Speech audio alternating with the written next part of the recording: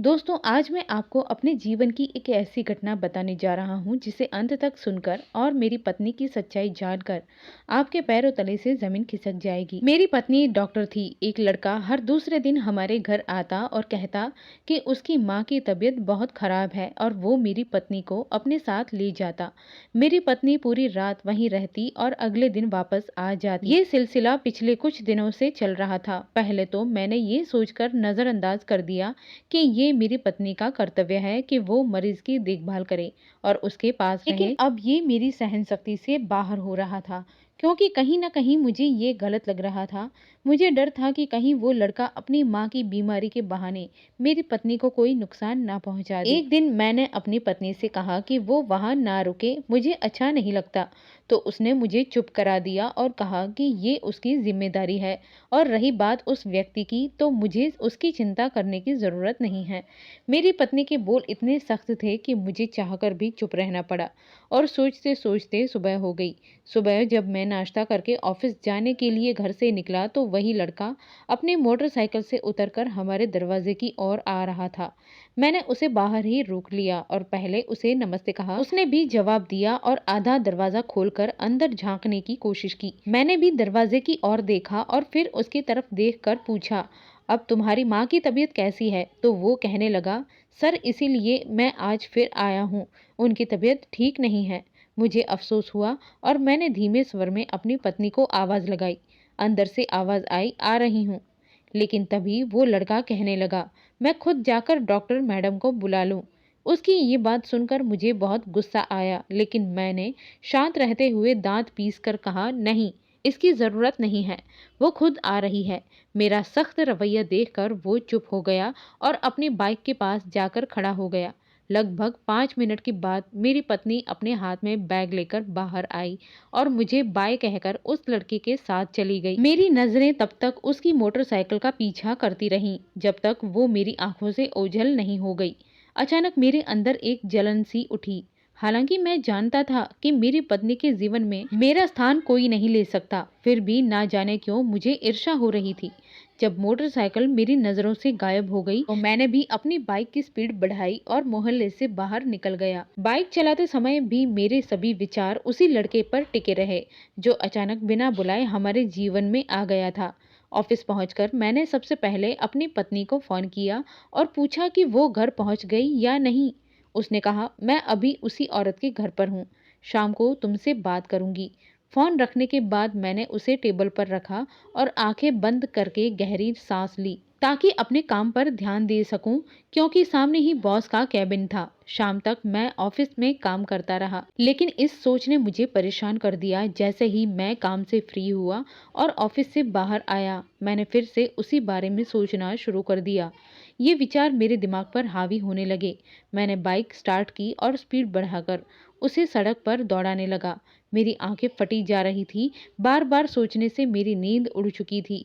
तेज रफ्तार में बाइक चलाकर मैं अपने घर पहुंचा और बेल बजा दी, लेकिन किसी ने दरवाजा नहीं खोला। इसका मतलब था कि वो अभी तक घर नहीं आई थी। गुस्से में मैंने दूसरी चाबी निकाली और ताला खोला। घर के अंदर जाकर मैंने अपना बैग टेबल पर रखा और रसोई में जाकर फ्रिज से पानी की बोतल निकाली। मैंने बोतल को मुंह से लगाकर पूरा खत्म कर दिया। पानी पीने के बाद मेरा गुस्सा थोड़ा कम हुआ तो मैंने फिर से अपनी पत्नी को फोन किया। पहली ही घंटी में उसने फोन उठा लिया। फोन उठाते ही मैंने सवाल किया, कब तक घर आओगी? उसने कहा, सुबह आऊंगी, यहाँ उसकी माँ की हालत बहुत खराब है। इससे पहले कि मैं ये कुछ कह पाता, उसने फोन काट दिया। मैंने फोन टेबल पर रख दिया और पास पड़ी कुर्सी पर बैठ गया। अगर मैंने उस लड़के का घर देखा होता तो अब तक मैं खुद जाकर उसे वहां से ले आता, लेकिन ऐसा करना मुझे ठीक नहीं लगा, क्योंकि मेरी पत्नी डॉक्टर थी। अगर मैं किसी भी मरीज के घर से उसे इस तरह जबरदस्ती ले आता तो उसे बहुत बुरा लगता। वैसे भी वो अन्य लड़कियों की तरह नहीं थी। मैं बहुत देर तक वहीं बैठकर टेबल की तरफ यूं ही देखता रहा। फिर जब मुझे भूख लगी तो मैं उठा और खाना गर्म करके थाली में निकाल लाया। खाने के बाद मैंने सोचा कि अब जब मेरी पत्नी घर पर नहीं है तो मुझे टीवी देखना चाहिए, लेकिन पहले ही समाचार सुनकर मेरा दिमाग खराब हो गया। शहर में रोजाना हो रही अजीबोगरीब घटनाओं ने पूरे माहौल को डरावना बना दिया था। बेचैनी के कारण मैंने फिर से अपनी पत्नी को फोन किया, लेकिन इस बार उसका नंबर बंद आ रहा था। मैंने कई बार कॉल किया, लेकिन कोई जवाब नहीं मिला। मैंने फोन टेबल पर रखा और कुर्सी पर टेक लगाकर बैठ गया। पता नहीं वो लड़का अचानक कहाँ से आ गया था। उसका कोई अता पता नहीं था और ना ही मैंने उसे पहले कभी देखा था। कहीं वो मेरी पत्नी को कोई नुकसान ना पहुंचा दे या फिर वो उसे मुझसे दूर ना कर दे। अगर ऐसा हुआ तो मोहल्ले में मेरी क्या इज्जत रहेगी। सब यही सोचेंगे कि मैं ही अपनी पत्नी को संभाल नहीं सका। नहीं नहीं, मैं कल ही उसे मना कर दूंगा कि वो उस आदमी के साथ ना जाए। मैं पूरी रात कुर्सी पर बैठा बस यही सब सोचता रहा और वहीं सो गया। पूरी रात बिताने के बाद सुबह जब दरवाजे पर दस्तक हुई तो मैं दर्द भरे पैरों से उठकर दरवाजा खोलने गया। सामने मेरी पत्नी खड़ी थी, लेकिन उसका ध्यान गली से गुजरते व्यक्ति पर था। मैंने चुपचाप उस पर नजर डाली और अंदर आ गया। वो भी दरवाजा बंद करके अंदर आ गई और अपना बैग टेबल पर रखकर कुर्सी पर बैठ गई। थोड़ी देर बाद जब मैंने उसकी बंद आंखों को देखा तो खड़े खड़े ही कहा, अब तुम उस लड़के के घर नहीं जाओगी। उसने बिना आंखें खोले ही जवाब दिया, उसे हमारी जरूरत है, पहले ही बात हो चुकी है, उसकी माँ बीमार है। मैं कह रहा हूँ कि तुम्हें वहाँ नहीं जाना है, अब वो अपनी माँ को अस्पताल ले जाएगा। मैंने उसके सामने बैठकर ये कहा। इस बार उसने आंखें खोलकर सीधे बैठ गई। उस वक्त उसके उड़ते बाल भी मुझे जहर जैसे लग रहे थे। उसने गुस्से में कहा, आप कहना क्या चाहते हैं? क्या मैं ये काम छोड़ दूं और घर बैठ जाऊं? मेरी डिग्री बेकार हो जाए, ऐसा सोचते हैं आप? मैंने कब कहा कि तुम नौकरी छोड़ दो, अपना काम करो, लेकिन उस आदमी के घर मत जाओ। मुझे तुम्हारा वहां जाना या रात भर रुकना बिल्कुल पसंद नहीं है, मैंने सख्त लहजे में कहा। पत्नी कहने लगी, आप मुझ पर शक कर रहे हैं। उसका स्वर इतना कठोर था कि मैं चौंक गया। मैंने जवाब दिया, मैं तुम पर शक नहीं, उस आदमी पर शक कर रहा हूँ और मेरा आदेश है कि तुम अब उसके घर नहीं जाओगी। ये कहकर मैं उठकर कमरे की ओर जाने लगा। तभी उसने तेज आवाज में चिल्लाकर कहा, आप मुझ पर हुक्म नहीं चला सकते और ना ही मुझे कहीं और जाने आने से रोक सकते हैं। मैं आजाद हूँ, समझे? उसकी इतनी तेज चीख सुनकर मुझे उसके बर्ताव में बगावत नजर आई। मैंने आश्चर्य से उसकी तरफ देखा, फिर सिर हिलाकर चुपचाप कमरे में चला गया और ऑफिस जाने के लिए तैयार होने लगा। तैयार होने के बाद मैं बिना नाश्ता किए ही घर से बाहर निकल गया। मुझे लगा था कि वो मुझे रोकेगी और नाश्ता करने के लिए कहेगी, लेकिन ऐसा कुछ नहीं हुआ। अब वो बदल चुकी थी। कुछ ही हफ्तों में हमारे रिश्ते में एक अलग सा बदलाव आ गया था। गुस्से में मैंने मोटरसाइकिल स्टार्ट की और ऑफिस चला गया, लेकिन गुस्से और भूख के कारण मैं काम पर ध्यान नहीं दे पा रहा था। इसीलिए ऑफिस से छुट्टी लेकर बाहर निकल आया और एक होटल में नाश्ता करने चला गया। नाश्ता करने के बाद मैं वहीं बैठा रहा और सुबह के झगड़ों का निरीक्षण करने लगा।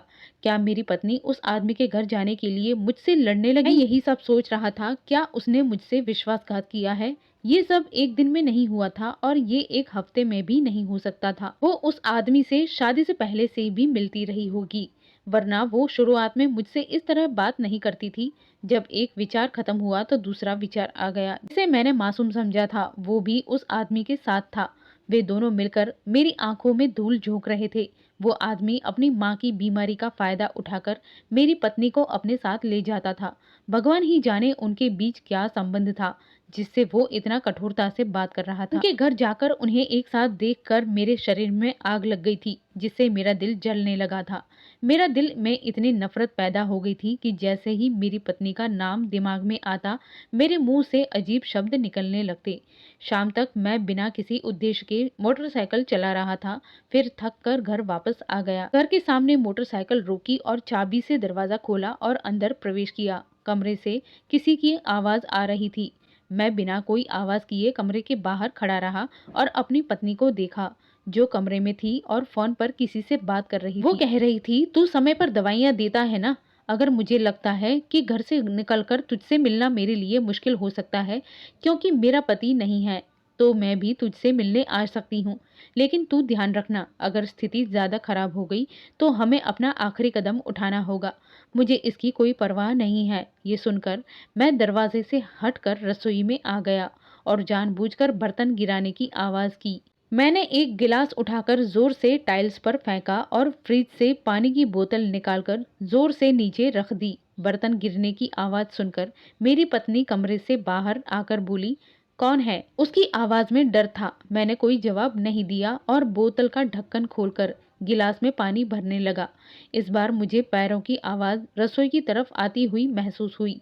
जैसे ही वो रसोई में आई, मैंने गिलास से नज़रें उठाकर उसे देखा। उसका रंग उड़ चुका था और उसने जो हाथ में पकड़ा हुआ था वो गिर पड़ा। जब उसने हाथ में गुलदस्ते को पकड़ा था, मैं चौंक गया था। वो अभी भी खड़ी होकर मेरी तरफ देख रही थी। जब मैंने गिलास खाली करके टेबल पर रखा तो उसने होश में आकर गुस्से में कहा, तुम जवाब नहीं दे सके? मैं कितनी डरी हुई थी। मैंने शांत नज़र से उसकी तरफ देखा और रसोई से बाहर आते हुए उसके हाथ से गुलदस्ता लिया और पूछा, तू ऐसा क्या कर रही थी कि इतनी डरी हुई थी? और क्या तू इस गुलदस्ते से किसी को मारने का इरादा रखती थी? हत्या शब्द पर वो पूरी तरह से कांप गई। उसका रंग उड़ गया और उसने हल्के से कहा, मैं क्या करूं? किसी को मारने का तो सवाल ही नहीं था। तुम मुझ पर आरोप मत लगाओ, मैंने कुछ नहीं किया। ये गुलदस्ता मैंने सिर्फ अपनी रक्षा के लिए पकड़ा था। मैं डर गई थी। उसकी ये लंबी बात सुनकर मैंने अपने कंधे उचका दिए और गुलदस्ता लेकर उसकी जगह पर रख दिया। फिर मैं अपने कपड़े बदलने चला गया। अब मुझे उससे कोई फर्क नहीं पड़ता था कि उसके साथ क्या हो रहा है या वो क्या कर रही थी। मुझे सिर्फ एक बात से फर्क पड़ता था और वो थी कि वो मुझे धोखा देने की किस हद तक जा सकती है। रूम के बाहर घूमते हुए मैंने उसके फ़ोन पर हो रही बातें सुनने की कोशिश की, लेकिन मुझे कुछ भी समझ में नहीं आया। वो किससे बात कर रही थी और उसका आखिरी कदम क्या था? क्या वो कहीं भागने को सोच रही थी? अगर वो घर से भाग गई तो मैं क्या करूँगा? मैं कहाँ मुँह दिखाऊँगा? मेरी मोहल्ले में क्या इज्जत रह जाएगी? अब मुझे जल्दी कुछ ही करना होगा। लेकिन एक पल ऐसा भी हो सकता था कि वो उस आदमी के साथ भागने के बजाय किसी और के साथ भागने को सोच रही हो। मुझे लग रहा था कि वो उस आदमी के साथ भागी है ताकि मैं उसे ढूंढ ना सकूं। क्या वो मेरी आंखों में धूल नहीं झोंक रही थी? मैं उसे ध्यान से देखता रहा और फिर करवट लेकर सो गया। दूसरे दिन सुबह वो आदमी फिर हमारे घर के पास आ गया था और मेरी पत्नी उसके साथ जाती रही। लेकिन मैं कुछ नहीं बोल सका क्योंकि मैं नहीं चाहता था कि पूरा मोहल्ला हमारा झगड़ा देखे। इसीलिए मैंने अपने मन को काबू में रखा और ऑफिस चला गया। दिन भर ऑफिस के काम करने के बाद जब मैं घर लौटा तो पूरा घर खाली था। मतलब वो आज भी नहीं आई थी। मैंने तौलिए से अपना चेहरा साफ किया, बैग को टेबल पर रखी और कुर्सी पर बैठ गया। मेरी जिंदगी में अब शांति के दिन भी आ चुके थे। कितनी शांति थी, जैसे शादी के शुरुआती दिनों में। लेकिन अब सब कुछ उल्टा हो गया था। कभी कभी मुझे ऐसा लगता था कि शादी के शुरुआती दिनों में वो सिर्फ अच्छा बनने का नाटक कर रही थी और अब वो थक चुकी थी और अपना असली चेहरा दिखा रही थी। काश मैंने ऐसी औरत से शादी नहीं की होती। ये सोचकर मैंने अपना सिर टेबल पर रख दिया क्योंकि मेरा सिर दर्द से फटार जा रहा था। उस रात भी मैंने कुर्सी पर बैठकर बिताई। सुबह जब मैंने दरवाज़ा खोला तो वो सामने खड़ी थी और उस आदमी को हाथ हिलाते हुए हंस रही थी। फिर उसने अपना चेहरा सीधा किया और मुझे देखा और अंदर आ गई। दरवाज़ा बंद करने से पहले मैंने मोहल्ले से गुजरते हुए लोगों पर एक नज़र डाली। वे सब अजीब तरीके से मुझे देख रहे थे। मैंने गुस्से में दरवाज़ा बंद किया और कमरे में जाकर उसका हाथ जोर से पकड़ते हुए बोला, तू अभी मेरी पत्नी के तौर पर इस घर में रह रही हो, समझी? तेरी खराब हरकतें मोहल्ले में बाहर नहीं जानी चाहिए। उसने मेरी बात को नज़रअंदाज कर दिया और अपना हाथ छुड़ाने की कोशिश की। मैंने गुस्से से उसकी तरफ देखा और उसे बिस्तर पर धक्का देकर कमरे से बाहर निकल आया। फिर मैंने सिगरेट पीने का मन बनाया और धाबे पर बैठकर सिगरेट पीने लगा। उस गर्मी में अचानक मेरी पत्नी का व्यवहार मेरे दिमाग में आ गया और जब उसका वो रूप मेरी आंखों के सामने आया तो मेरा मन हुआ कि मैं सब कुछ तोड़ दूं और कहीं चला जाऊं जहां कोई मुझे जानता ना हो। मैं दिन भर धाबे पर बैठा रहा और फिर नीचे आकर कपड़े बदलकर घर से बाहर निकल गया। बाहर से खाना खाकर रात तक घर वापस लौट आया। जब मैं घर लौटा तो वो मेरी चिंता के बिना गहरी नींद में सो रही थी। एक पल के लिए मेरा मन हुआ कि मैं उसे पूरी तरह से दबा दूं, लेकिन मैं हत्यारा नहीं बनना चाहता था, ना ही मैं अपने हाथों से उसका खून करना चाहता था। दिल के एक कोने में मेरा उस पर बहुत प्यार था, जिसकी मैंने हर इच्छा पूरी की थी और काम करने की स्वतंत्रता भी दी थी। अब वही मेरे साथ विश्वासघात कर रही थी। मैं उसके बारे में सोचते-सोचते परेशान हो रहा था और वही सोचते हुए मेरी छाती में भारीपन महसूस हो रहा था। मैंने कमरे के बाहर निकलकर बगीचे में आकर बैठ गया। घर की दीवारें मुझसे थक चुकी थी। मैंने अपने बालों को मुट्ठी में पकड़कर खींच लिया और मेरी आंखों से लगातार आंसू गिरने लगे। ये स्थिति कई हफ्तों तक जारी रही। इस दौरान मेरी पत्नी के साथ मेरा संबंध बहुत खतरनाक तरीके से बिगड़ चुका था। अब हालात ये थे कि हम दोनों एक ही घर में रहते हुए भी एक दूसरे की आंखों में देख पाने की हिम्मत नहीं रखते थे। वो अपनी मर्जी से आती थी और अपनी मर्जी से जाती थी। मुझे उसने पास से अनुमति लेने का तो उसने सोचना भी छोड़ दिया था। एक दिन किसी ने मुझसे ये बात बताई, जिस आदमी के घर वो जाती है उसकी माँ की मौत को 5 साल हो चुके हैं। ये सुनकर मैं हैरान हो गया था और मैंने उस आदमी से ज़रूरी काम कहकर दुकान से बाहर निकला और घर आ गया। आज भी मेरी पत्नी उस आदमी के घर थी। वो ये सब जानकर मेरा दिमाग खराब हो गया था। आखिर वो आदमी झूठ क्यों बोल रहा था कि उसकी माँ की तबीयत खराब है? उस आदमी का झूठ बोलने का क्या मकसद था? कहीं ये दोनों कोई गलत काम तो नहीं कर रहे थे, या तो वो सच में वहां से भागने वाली थी। ये विचार से ही मुझे पसीना आ गया था। मैंने अपना चेहरा पसीने से साफ किया और मोबाइल अपनी जेब से निकाला और पत्नी को कॉल किया, लेकिन उसका नंबर स्विच ऑफ था। मैंने गुस्से में फ़ोन फेंक दिया और घर से बाहर निकलकर गली में बैठ गया। पूरी रात गली में बैठा रहा। सुबह उठने के बाद मैं घर के अंदर आकर बैठ गया। थोड़ी देर बाद मेरी पत्नी घर आ गई और कमरे में चली गई। मैं भी उसके पीछे कमरे में गया और देखा कि वो अपने कपड़े उतारकर बाथरूम में चली गई।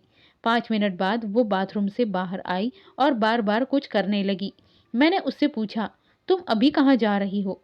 उसने जवाब दिया, "उसकी माँ की तबीयत खराब है, इसीलिए मैं वापस जा रही हूँ।" मेरी पत्नी की बातें मुझे शंका में डाल दी। उसकी हालत देखकर मुझे ऐसा लगा कि शायद वो भागने की तैयारी कर रही है। अचानक मुझे चारों ओर खतरे की घंटी सुनाई दी। जब वो घर से बाहर निकलकर थोड़ी दूर चली, तो मैं अपनी मोटरसाइकिल लेकर उसके पीछे निकल पड़ा। दोनों मोटरसाइकिल एक ही रास्ते पर आगे पीछे चल रही थी।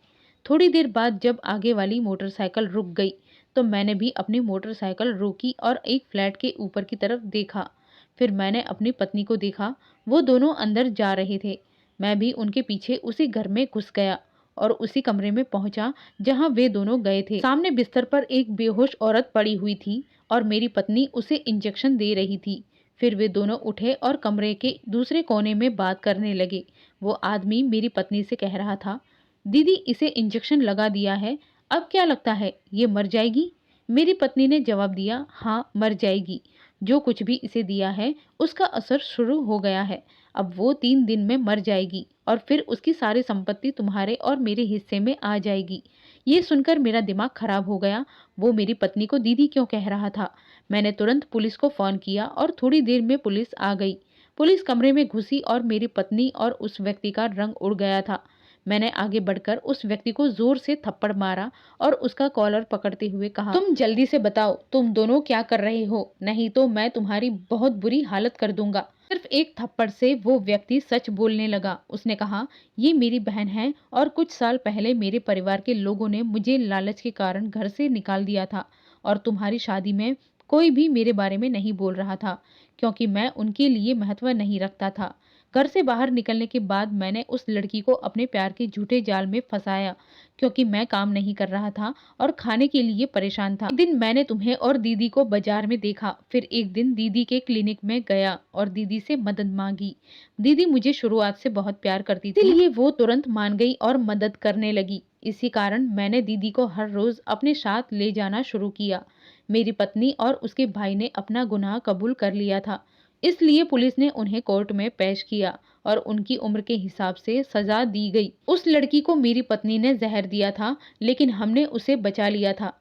फिर भी वो जहर उसके फेफड़ों पर असर किया था, जिसके कारण उसे सांस लेने में बहुत परेशानी हो रही मेरी पत्नी और उसका भाई जेल में अपनी गलती की सजा भुगत रहे थे। एक वो लड़की जिसे प्यार की इतनी बड़ी सजा मिली और उसने अपना अस्तित्व का एक हिस्सा खो दिया था, और एक मैं जिसे अपनी पत्नी से धोखा मिला था। लेकिन समय का काम है गुजरना। कभी ये समय भी सच्चे भाव के साथ गुजर गया। ठीक होने के बाद मैंने 1 साल बाद शादी कर ली। अब मैं अपने जीवन में बहुत खुश हूँ। मेरी पत्नी आज्ञाकारी और दयालु है, खासकर बच्चों के स्वास्थ्य पर बहुत ध्यान देती है। इसीलिए मैं भी बच्चों के बारे में बहुत बेफ़िक्र हूँ। लेकिन कहीं न कहीं मुझे ये बात ज़रूर सीखी कि लोभ का परिणाम बहुत बुरा होता है। दोस्तों, रोज़ ऐसी नई-नई कहानियाँ सुनने के लिए अपने चैनल को सब्सक्राइब करना ना भूलें। धन्यवाद।